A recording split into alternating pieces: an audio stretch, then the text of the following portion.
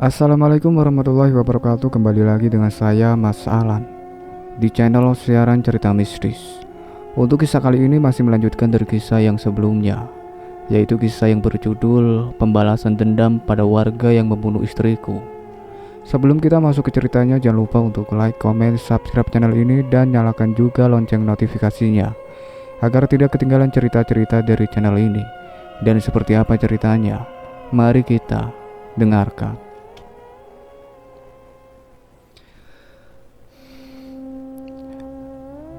Aku Dewi Arimbi. Sampai tiba ajalku nanti, aku akan tetap mencintai suamiku yang kamu bunuh di depan mataku. Hatiku terbakar bersama raga yang ada di dalam rumah itu. Rusli memarkirkan sepeda ontelnya di pekarangan rumah Nono. Lalu bergegas masuk untuk meminjam kerbau untuk membajak sawah. Pak D, nyampel kebo, ucap Rusli sembari masuk menuju dapur. Dilihatnya Nono tengah memasukkan kayu ke dalam liang atau api, sedangkan Pak Bejo tengah menjamur kayu di samping rumah dengan kesal karena baru saja dimasukkan ternyata tidak jadi hujan. No, ayo ikut aku ke sawah, ajak Rusli pada Nono. Nono sama sekali tidak memiliki kawan karena kejiwaannya terguncang setelah kehilangan ibunya. Satu-satunya teman yang Nono miliki hanya Rusli. Itu pun karena keduanya bersepupu. Nono mengangguk sembari menyunggingkan senyuman lebar. Dari luar, Pak De Bejo masuk, lalu menepuk bau Rusli pelan. Ngopi dulu, Sli, suruh Pak De. Sudah Pak De, baru saja ngopi dibikinin Simbok, ucap Rusli sopan. Gimana kabar hubunganmu sama Arimbi?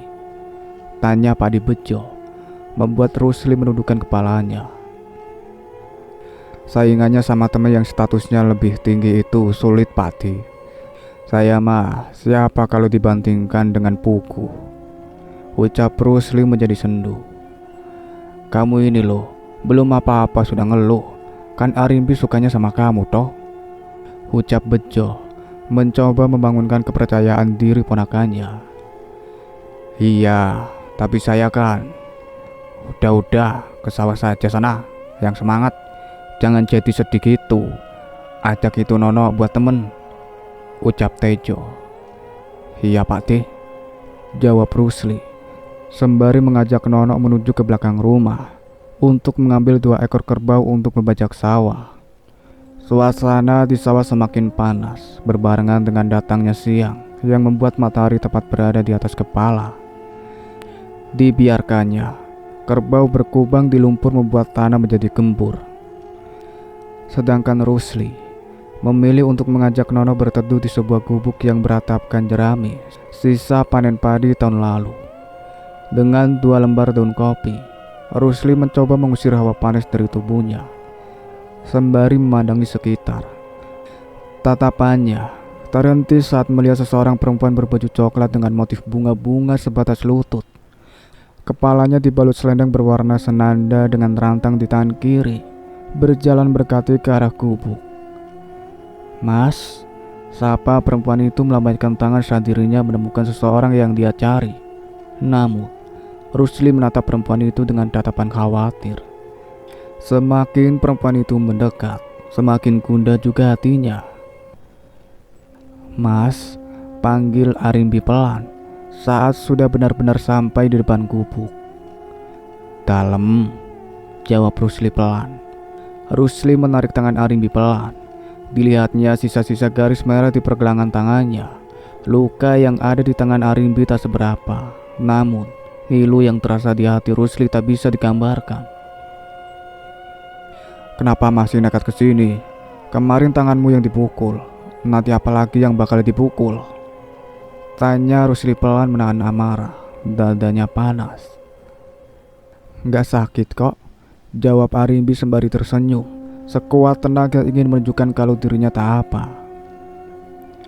Ya aku yang sakit dek, gak suka mas lihat kamu dipukul, ucap Rusli geram.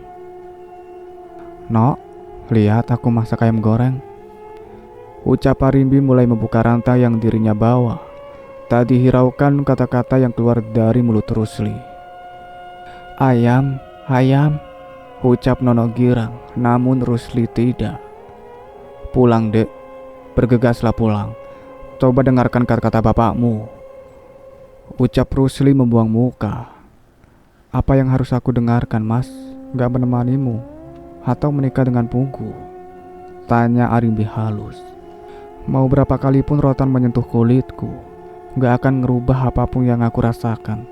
Jangan suruh aku menjauhimu, itu lebih menyakitkan," ucap Arimbi lembut, namun suaranya mulai serak. "Aku pulang dulu, Mas. Besok kubawakan lagi makanan," pamit Arimbi, kembali mengenakan selendang di kepalanya. Dari balik kerudung air matanya terjatuh diterpa hembusan angin, menyisakan kesedihan di bawah langit yang mulai mengeluarkan semburat merah. Sedangkan Rusli hanya diam, memandang sosok Arimbi yang semakin lama semakin jauh, hingga akhirnya hilang dari pandangan. Ditelannya gemuruh di hatinya, campuran dari rasa rindu juga kesal yang muncul secara bersamaan, yang tersamarkan oleh suara jangkrik yang kian nyaring. Setahun berlalu, Arimbi tengah mengalami sakit keras. Dirinya mengidap penyakit yang tidak bisa disembuhkan. Sakit hatinya mencapai sakit yang sudah akut. Tak ada obat untuk dirinya. "Bok, cinta itu apa?" Rusli menyandarkan kepalanya di paha ibunya sembari memeluk kaki. "Cinta itu penyakit," ucap Mbok Rantu sembari mengelus kepala anaknya. "Cinta yang berakhir bahagia hanyalah cinta yang dilarung pada raga yang tepat. Kaum sudra yang mencoba mencintai kaum priayi itu bunuh diri," imbuh Mbok Rantu ketir. "Gimana Arimbi?" tanya Rusli lirih. Setiap kata yang keluar dari mulutnya menyimpan kesedihan. "Bo juga gak tahu. Bapaknya gak membukakan pintu untukmu. Gak sopan memaksa masuk ke kehidupan seseorang. Belum juga kamu mengutarakan niat baikmu. Kamu sudah ditolak, diusir, diinjak harga dirimu, tak diberi kesempatan. Mau seberapa keras kamu berusaha?" "Aku tresno bitekne, Mbok. Sayang," ucap Rusli. Belum juga Mbok Rantu menjawab. Pintu diketuk beberapa kali. Suaranya kencang sekali, hingga membuat Mbok Rantu kaget. Bergegas Mbok Rantu bangkit dari duduknya, berjalan menuju pintu. Saat dibuka, di ambang pintu berdiri bapak dari Arimbi. Matanya bengkak memerah. Dengan suara serak dirinya menanyakan keberadaan Rusli. "Mana anakmu?" tanya Kartono dengan suara nyaris hilang. "Saya, Pak," jawab Rusli bergegas datang. Raut wajahnya terlihat panik, takut mendengar kabar buruk tentang Arimbi. "Pakai baju bagus. Hari ini juga saya nikahkan kamu dengan Arimbi," ucap Kartono tegas. Tak menunggu waktu yang lama, Rusli menjalankan apa yang diperintahkan Kartono. Pasti hal buruk terjadi pada Arimbi, batin Rusli. "Tolong bertahan," ucap Rusli seraya bergegas. Kediaman Arimbi terlihat ramai. Penghulu sudah siap. Namun hati Rusli teriris-iris saat melihat Arimbi begitu ringkih. Wajahnya pucat pasi, badannya seperti tinggal kerangka. Paras cantiknya hilang. Namun Rusli tetap mencintainya. Dengan satu buah gelang emas milik Mbok Rantu, akad pun berjalan dengan lancar. Penantian selama 5 tahun lamanya selesai. Walaupun dengan demikian warisan hilang dari Arimbi, dan Arimbi harus bisa hidup sederhana. Dan disinilah sekarang, di rumah Mbok Rantu, dengan telaten Rusli merawat istrinya. Seminggu setelah dirawat Rusli, Arimbi sudah mulai makan. Berangsur-angsur badannya pulih. Sembari Rusli mengurus Arimbi, dirinya juga tengah membangun rumah agar bisa ditinggali berdua saat Arimbi sudah pulih. Rumah yang jauh di dalam hutan, jauh dari mulut-mulut tetangga. Rusli berharap dengan begitu tak ada kata-kata jahat yang akan didengar Arimbi. "Kalau nanti aku tak lagi cantik, lalu kulitku menjadi keriput. Apakah masih ada rasa di antara kita? Arimbi bertanya dengan suara serak. Tubuhnya belum sepenuhnya pulih, namun jauh lebih segar dibanding hari pernikahannya, di mana dirinya sudah tidak ingin hidup. Masih, rambutmu yang nantinya putih akan tergantikan dengan senyum manis dari anak-anak kita. Kulit yang keriput akan tergantikan dengan tawa yang menggema di seluruh ruangan. Dari mereka kita akan melihat bagaimana cinta tetap tumbuh, utuh, dan tidak akan pernah hilang. Rusli menyekat tubuh Arimbi pelan. Melihat Arimbi tersenyum tanpa beban adalah hal yang membuatnya terus bernafas hingga sekarang. Bulan depan rumah sudah bisa ditempati. Hanya rumah dengan papan kayu usang, tidak besar. Namun dari dalam rumah itu, aku ingin kamu bahagia. Akan aku tanami bunga agar rumah itu menjadi indah. Kecil pun tak apa, bukan ukuran rumah ataupun bentuk rumah yang membuatku senang, tapi inti dari rumah itu sendiri. Aku lega, setidaknya aku menemukan tempat pulang, tempat yang akan membuatku terus merasa aman. Suara Arimbi bak air, kelembutannya menenangkan. Rusli membiarkan istrinya beristirahat. Dirinya bergegas mengambil celurit untuk memangkas padi yang sudah menguning. Tak lupa Rusli berpamitan dengan ibunya, sembari menitipkan Arimbi sebentar. Buat bekal, diserahkannya rantang berisikan makan, mengingatkan Rusli pada suatu masa di sore itu. Berangkat dulu mbok, ucap Rusli singkat. Jalan masih sepi. Sengaja Rusli berangkat lebih pagi agar siang pekerjaannya sudah beres. Tak enak hati jika harus meninggalkan Arimbi terlalu lama. Di pertengahan jalan, Rusli berpapasan dengan Kandar. Rusli melambaikan tangannya pelan, namun yang Rusli dapat hanyalah tatapan sinis dari wajah kawannya. Dar, tak sapa kok kamu sensi banget sama aku, kenapa toh? Rusli terlihat bingung. Kamu pakai dukun toh? Mau bikin sakit itu si Arimbi biar orang tuanya luluh, tuduh Kandar. Kamu tuh ngomong apa toh? Dapat kabar ndak bener itu dari mana kamu? Rusli terlihat kesal. Puku, dia yang ngomong. Gara-gara kamu loh, dia gak bisa jadi kepala desa. Gara-gara kamu juga aku jadi gak ada kerjaan. Tadinya enak aku ngurus ternaknya keluarga si Arimbi. Habis dia nikah sama kamu, semua ternak dijual. Pengangguran aku. Kandar mengatakan dengan nada tinggi. Terlihat rasakan ingin keluar dari lehernya. Lah, apa urusannya si Puku? Kok gak bisa jadi kepala desa? Kalau kamu jadi pengangguran ya maaf Tondar, tapi aku gak pernah kepikiran buat main dukun. Padahal kamu temanku loh. Pukuh juga. Kok tega nyebar omongan yang gak bener? Dada Rusli terasa panas. Iya ndak bisa toh. Orang Kadis itu kan harus punya istri. Kalau kamu udah main dukun pasti si Arimbi udah sama si Puku. Apa kurangnya coba si Puku? Sugih, ganteng, mapan. Gak mungkin kamu bisa sama si Arimbi kalau gak main dukun. Yakin aku. Kandar bersikeras. Halah, karepmu lah. Rusli memilih pergi, membawa hatinya yang diliputi amarah. Padahal di titik terapu seperti ini, rasanya ingin sekali dihibur seorang teman. Tapi bukannya dibantu, malah dibilang yang tidak-tidak. Panas membuat Rusli harus bermandikan keringat.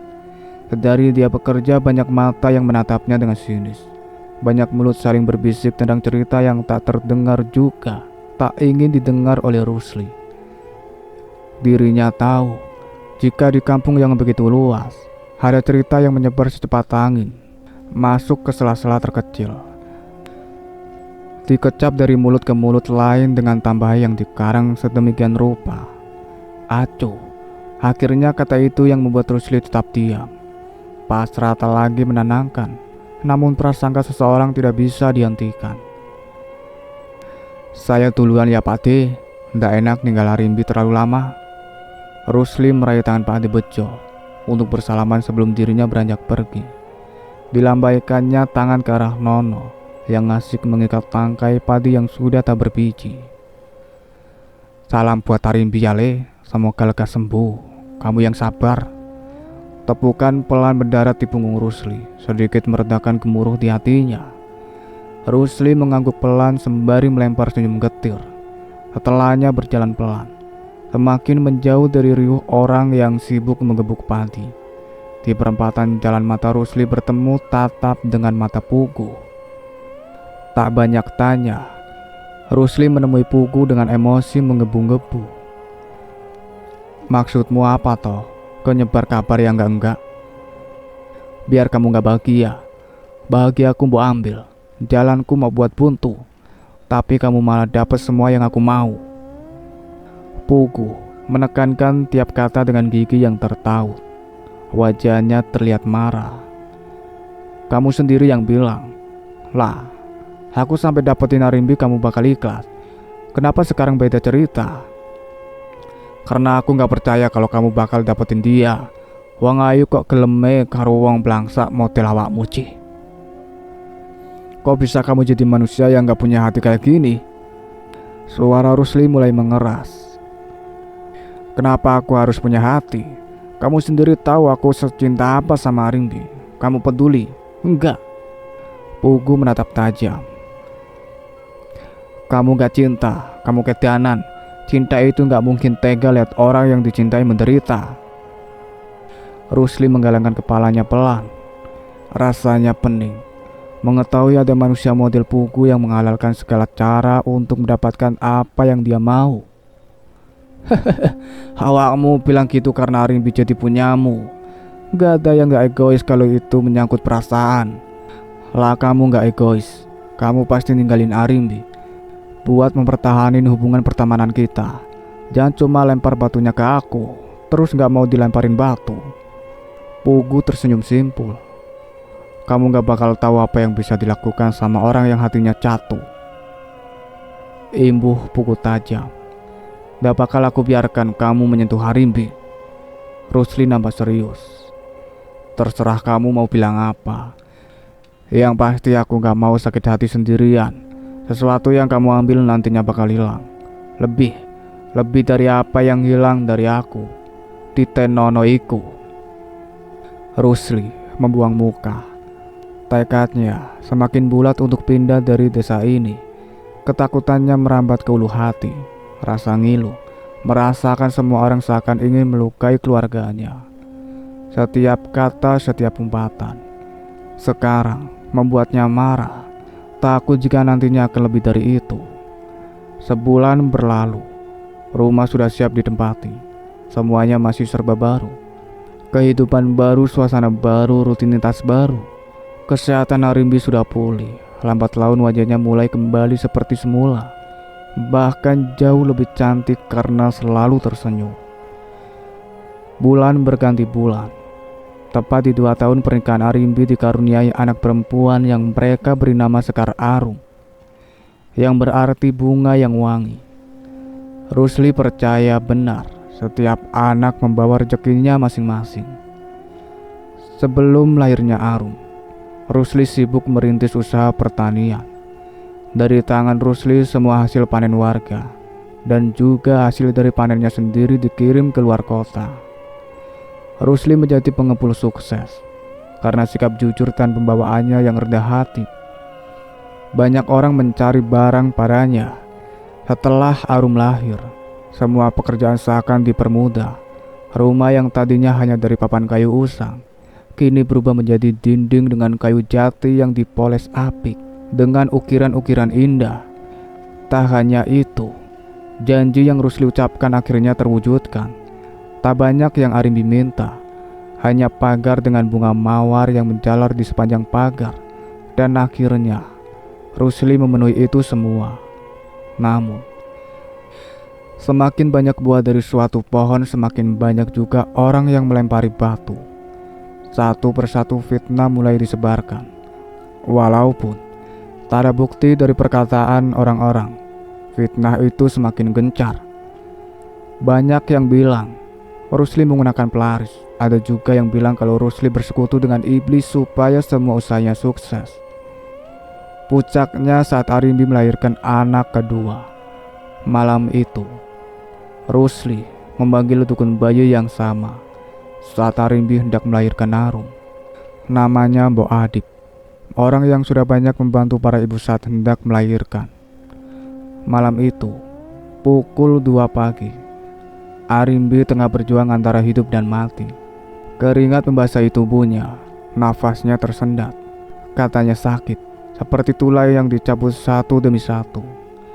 Rusli memegang tangan Arimbi yang mencengkram tangan Rusli dengan kencang. Sesekali Rusli mengelus kepala Arimbi, sampai suara tangisan lantang terdengar. Anak kedua Rusli lahir, Mbok Adip, terlihat bingung. "Gimana, Mbok? Laki-laki apa perempuan?" tanya Rusli.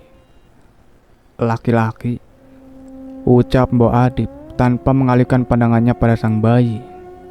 "Alhamdulillah," ucap Rusli dengan senang. Tapi Mbok Adip tidak. "Kenapa, Mbok?" tanya Rusli lagi. "Anakmu lahir tanpa tempurung kepala, tanpa mata, tanpa tangan, dan juga tanpa kaki." Mbok Adip mengangkat bayi itu hingga Rusli bisa melihat dengan jelas. Rusli terjatuh. Di tengah puncak kesuksesannya, dirinya diterpa cobaan yang teramat berat. Arimbi tak hanya menangis, dirinya juga berteriak sembari memukul dirinya, melimpahkan kesalahan hanya pada dirinya. Rusli tak bisa menangkan. Arum ikut menangis adiknya yang malang.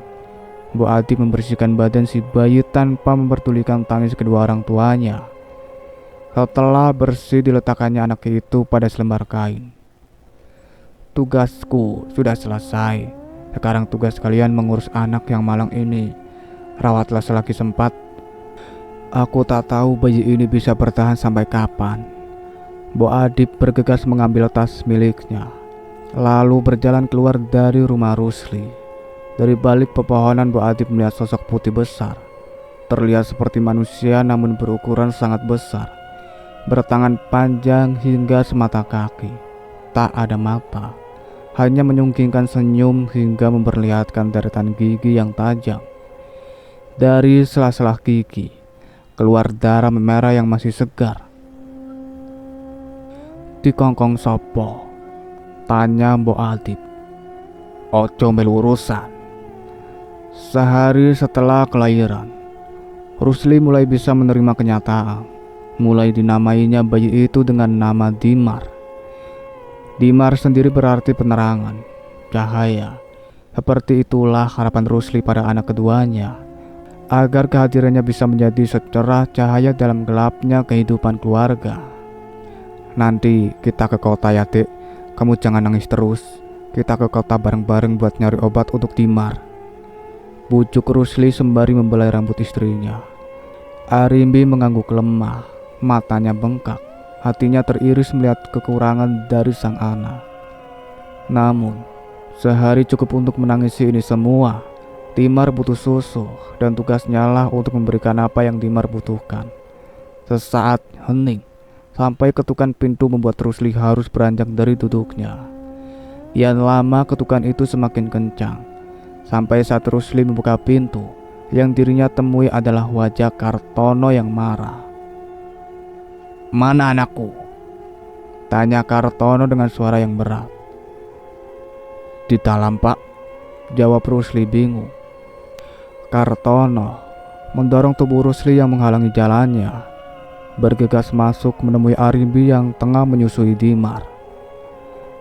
"Pulang," bentak Kartono keras. Arimbi terlihat kaget. Begitupun Rusli yang melihat banyak warga di luar rumahnya. Alih-alih memberikan selamat atas kelahiran anak kedua, semua menatap Rusli dengan tatapan sinis. "Pulang," bentak Kartono sekali lagi. Saat Arimbi bukannya beranjak, namun malah memeluk Dimar dengan erat. "Itu yang kamu gendong anak demit. Pasti Rusli sudah bersekutu dengan iblis.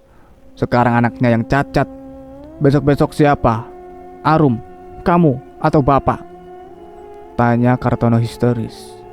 "Ndak, Pak, ini anakku. Dimar anakku, Bapak, bukan anak iblis." Arimbi menangis kencang, membuat Rusli bergegas menemui Arimbi. "Kenapa toh, Pak?" Tanya Rusli halus. Kenapa matamu? Kamu pasti yang bikin Arimbi sakit. Aku ini loh, udah lulus sama kamu, sama kerja kerasmu. Tapi ternyata kamu bersekutu sama setan. Kartono menatap Rusli dengan tajam. Enggak pak, sumpah. Enggak pernah saya kepikiran untuk bersekutu sama iblis, apalagi bikin Arimbi sampai sakit. Rusli terduduk sembari memegang kaki Kartono. Jangan bawa Arimbi pak, saya nggak bisa hidup tanpa dia. Rusli tak bisa lagi menantangisnya. Disingkirnya semua rasa malu. Jika ingin menginjak harga dirinya, sungguh Rusli tidak peduli asal Arimbi tidak diambil darinya. Ora sudi duwe mantu rupa awakmu, ucap Kartono menendang tubuh Rusli hingga terdorong. Kartono bergegas mengambil bayi dari gendongan Arimbi. Bukannya iba, Kartono menghadiahi tatapan jijik untuk cucu keduanya. Ditariknya Arimbi, dibantu dengan Kandar dan Inu. Tak hanya itu, Arum pun ditarik paksa oleh warga yang lain. Arum, ikut kakung, bendak Kartono saat Arum menolak. Gak mau, Arum mau sama bapak, lepasin. Tangis Arum pecah. Arum, nurut sama kakung. Bapak kamu itu sesat, temannya setan, jahat, bikin hati jadi cacat. Kartono menatap Arum tajam. Bapak gak jahat, kakung jahat. Kakung jangan bawa ibu, adik butuh ibu kakung. Ibu jangan dibawa, nanti adik sakit, teriak Arum sembari menangis. Sudah Arum, sudah. Bapak di sini gak kemana-mana. Rusli membekap tubuh Arum yang menangis tanpa henti. Jangan bawa Arum pak, saya sudah gak punya siapa-siapa lagi. Jangan bawa anak saya. Arum memeluk Rusli kencang, seakan tidak ingin dipisahkan.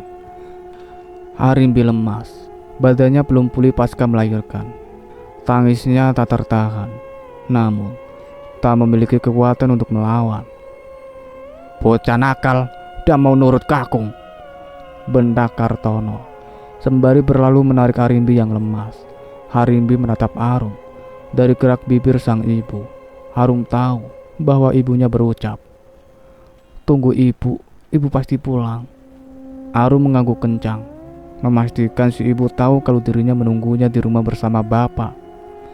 Satu persatu warga pergi, menyisakan satu sosok berpawakan tinggi yang tengah menatap Rusli dengan senyum puas.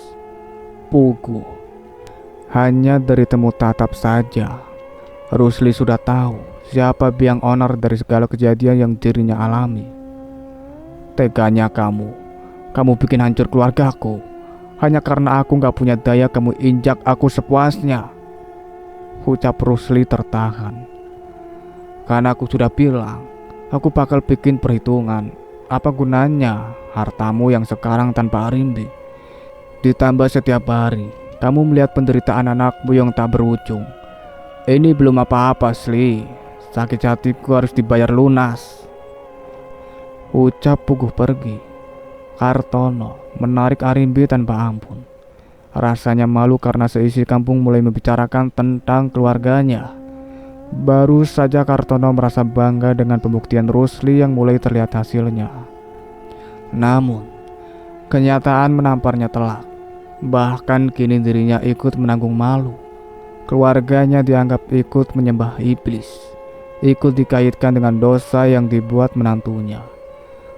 Perasaannya gusar. Jika bisa memilih, rasanya akan lebih baik jika Arimbi tak dilahirkan. Biar hanya punya anak satu yang penting bisa menjaga nama baik keluarga. Tak seperti Arimbi yang sudah jelas dihadapkan lelaki mapan seperti Pugu, malah memilih hidup langsak dengan Rusli. Pak, jangan bawa aku. Aku punya tanggung jawab pak. Anakku butuh susu. Diam. Belum puas kamu bikin malu bapak? Tanya Kartono tajam. Nada suara Kartono membuat Arimbi bungkam. Tak berani melawan. Dari lembatnya hutan, Kartono membawa Arimbi ke rumah orang tuanya. Tak ada lagi nyaring suara burung, tak ada lagi udara segar. Setiap masuk ke rumah ini rasanya menyesakkan dada. Mending Arimbi dipasung dulu saja. Takutnya pas nanti malam dia bikin rusuh dan rencana kita gagal. Ingat loh Pak, cuman ini jalan satu-satunya cara agar nama Bapak bisa bersih kembali. Hasut Pugu. Masa iya Arimbi harus dipasung? Tanya Kartono tak tega. Sekesal-kesalnya Kartono dengan Arimbi, tak sampai hati jika harus memasung anak sendiri. Ya kan hanya untuk semalam toh Pak. Setelah semuanya beres, kan Arimbi bisa bebas lagi. Ucap Pugu menenangkan. Kartono mengangguk pelan, tanda dirinya menyetujui tentang rencana Pugu. Diraihnya tangan Arimbi kasar, membuat Arimbi yang sempat tertidur kembali terbangun. Bapak urus Arimbi, saya mau ngabarin warga dulu. Ucap Pugu sembari menarik tangan Kandar. Arimbi menghentikan ceritanya. Ditatapnya Rupik yang tengah menggenggam tanah kubur suaminya. Rasa sakitnya menjalar hingga tak bisa menahan air matanya. Suamimu itu ikut menyeret tanganku dari tangannya. Pasung itu menghentikan langkahku untuk mencegah tragedi besar. Ucap Arimbi. Ingatannya kembali ke saat itu. Pugu mengumpulkan warga, menyebarkan rumor jika Rusli bersekutu dengan iblis. Amarah warga tak terelakkan. Tepat saat matahari tenggelam, warga sudah siap dengan obor di masing-masing tangan. Dengan amarah membara, mereka menuju kediaman Rusli. Rusli membuka parung. Dinyanyikannya kidung sebagai pengantar tidur. Namun Arum tak kunjung terlelap. Dirinya terus menantikan janji sang ibu. Janji untuk pulang ke rumah. Tangis Timar menggelegar, membuat Rusli harus beranjak dari kasurnya tak ada susu. Hanya teh manis untuk mengganjal isi perut anaknya. Air matanya sudah kering. Hanya ekspresi putus asa yang tersirat dari raut wajahnya. Arum beranjak dari kasur menuju ke jendela. Terlihat kepulan asap dari kejauhan. Lambat laun semakin dekat, kian dekat. Sampai terlihat, ternyata asal asap itu dari obor yang dibawa warga. Arum tak mengerti, dirinya hanya terdiam sembari menyaksikan seseorang yang melempari sesuatu seperti air. Namun, beraroma khas. Arum baru tahu kalau cairan itu bisa terbakar saat salah satu orang melempar obor ke rumah. Seperti kembang api, obor itu membakar kayu lalu membuat patahan-patahan. Seperti batu yang dilempar bertubi-tubi. Begitulah obor itu masuk ke rumah. Tak ada reaksi. Arum terdiam. Asap itu masuk ke tenggorokannya hingga membuatnya hilang sadar. Mencium bau asap, Rusli berlari ke ruang depan. Dilihatnya bagian depan rumah yang sudah terlelap api. Tapi bukan itu yang membuatnya shock. Namun, saat melihat Arum terlukai lemah di atas kursi. Tuang semuanya, biar terbakar semua dosa yang ada di rumah itu. Perintah Pugu pada warga. Setan kalian semua, tega, gak punya welas asih. Ucap Mbok Rantu yang baru saja datang disusul Pak Bejo dan juga Nono yang mengekor di belakang. Anakmu itu yang gak punya adab. Anak sendiri saja dijadikan tumbal, apalagi warga. Kalau sampai warga dijadikan tumbal bagaimana? Tanya Pugu tajam, membuat warga semakin marah. Gak mungkin Rusli mengabdi sama setan. Ini pasti hanya salah paham. Ucap Pak Bejo. Namun, semua perkataan ditolak oleh warga. Bahkan, saat Nono bergegas mencari sumber air terdekat, dia tidak hanya dilerai, namun juga dipukuli. Mereka kalah jumlah. Warga yang tidak terima menghadang mereka semua, lalu diikat menjadi satu, seperti hewan. Melihat itu dari kejauhan, Bu Adib mengurungkan niatnya untuk datang. Dirinya bergegas berlari untuk menemui Arimbi. Arimbi menarik nafas, sangat berat untuk Arimbi jika harus mengingat detail kejadian. Waktu itu, aku dipasung. Mereka membuatku tak berdaya. Sedangkan api itu semakin lama semakin menjalar. Ucap Arimbi tertahan. Mbok Adip bersembunyi di bawah pohon nangka saat Kartono bergegas ke rumah Rusli. Membiarkan Arimbi tanpa pengawasan, Adip menyelinap masuk lewat belakang. Diketuknya pintu pelan. "Nduk, ini Mbok Adip," ucap si Mbok pelan. Seperti menemukan secerah harapan, Arimbi pun menjawab dengan parau. "Aku di sini, Mbok," ucap Arimbi sekuat tenaga. Dengan tusuk konde, Mbok Adip mencoba membuka gembok. Begitu pula dengan gembok dipasungnya Arimbi. "Aku tahu, bukan suamimu yang salah. Aku lihat makhluknya." Bukan suamimu yang bersekutu dengan iblis," ucap Mbok Adip. "Bantu aku jelasin ke warga, Mbok," pinta Arimbi memelas. "Iya, ayo kita bergegas ke sana," ucap Mbok Adip. Arimbi menarik jaritnya hingga sebatas lutut, lalu berlari secepat yang dia bisa. Dihiraukannya darah yang mengalir dari selangkangannya. Perlu membasahi dahinya. Arimbi berlari sembari merapalkan doa, disemogakan yang terbaik untuk anak dan suaminya. Obor berhamburan berlomba-lomba ke dalam rumah Rusli. Semuanya sudah terbakar habis, tak bersisa. Arimbi sampai dengan pemandangan tak mengenakan. "Bangsat!" Arimbi berteriak kencang. Dirinya berlari menuju rumah, namun badan ringkihnya dihadang. "Ah, lepas!" "Itu panas. Mau kamu terpanggang hidup-hidup?" bendak Pugu. "Setan kalian semua!" Arimbi merintih. Rasanya semua direnggut dalam satu malam. "Bagaimana bisa kalian memanggang anak dan suamiku hidup-hidup?" rintih Arimbi. "Bukan Rusli yang salah. Aku saksinya. Aku melihat sosok yang mengambil mata anaknya Rusli. Sosok itu bilang tuannya bernama Pugu." Mbok Adip menatap Pugu tajam. "Gak mungkin, kamu pasti sekongkol sama si Rusli," ucap Pugu marah. "Kau itu memang iblisnya," Arimbi kesal. Pugu tak mau ambil pusing. Rumah di hadapannya sudah roboh. Saingannya sekarang sudah tidak ada. "Aku tahu ini semua membuatmu sedih. Menikahlah denganku. Hidupmu akan kembali seperti semula." Pugu menatap Arimbi penuh harap. "Kamu ini gila apa gak waras? Setelah membakar suami dan anakku hidup-hidup, kamu mau menikahiku? Dengar baik-baik. Aku Dewi Arimbi. Sampai tiba ajalku nanti aku tidak akan menikah denganmu. Hatiku mati bersama suami dan anakku yang kamu bakar hidup-hidup," ucap Arimbi. Warga menatap dengan heran. Semua sudah selesai, tinggal menunggu perintah untuk pulang. Namun semua dibuat bingung dengan percakapan Arimbi dan Pugu. Pugu terlihat marah. Dirinya sudah lelah ditolak berkali-kali. "Kalau kau tidak mau menikah denganku, kau mati saja," sembari mengangkat badan Arimbi dan melemparnya ke dalam api, membuat warga menatap ngeri ke arah Pugu.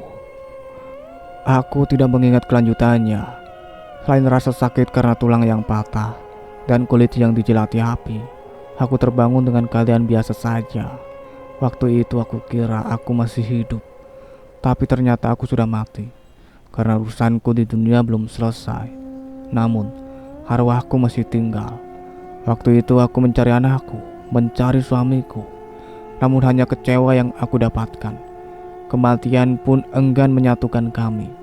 Suamiku dan anakku bangun dengan arwah pendendam. Arum marah karena aku tidak kunjung pulang.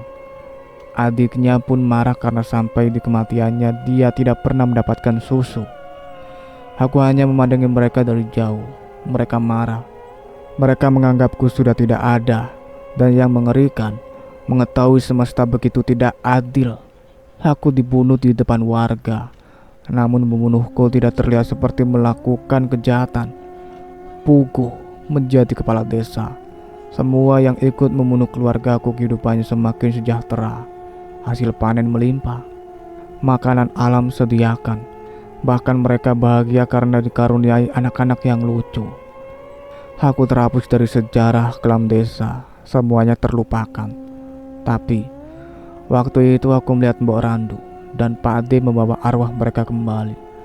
Suamiku melihatnya, orang dengan senter di tangan mereka menuju bukit menjelang malam, di bawah rintikan hujan. Setelah itu semuanya mati satu persatu. Memang ada dendam yang mesti dibayar lunas. Saat semesta enggan mengabulkan suara dari hati yang patah, ucap Parimbi sembari memandang Rupik, memperlihatkan wajah rusaknya dari balik kerudung. Itulah akhir dari cerita yang berjudul Pembalasan Dendam pada Warga yang Membunuh Istriku. Terima kasih banyak untuk kalian semua yang sudah setia mengikuti cerita ini sampai selesai. Nantikan cerita-cerita terbaru lainnya dari kami. Sebelum Mas Alan pamit, jangan lupa untuk like, comment, subscribe channel ini, dan satu lagi bunyikan loncengnya.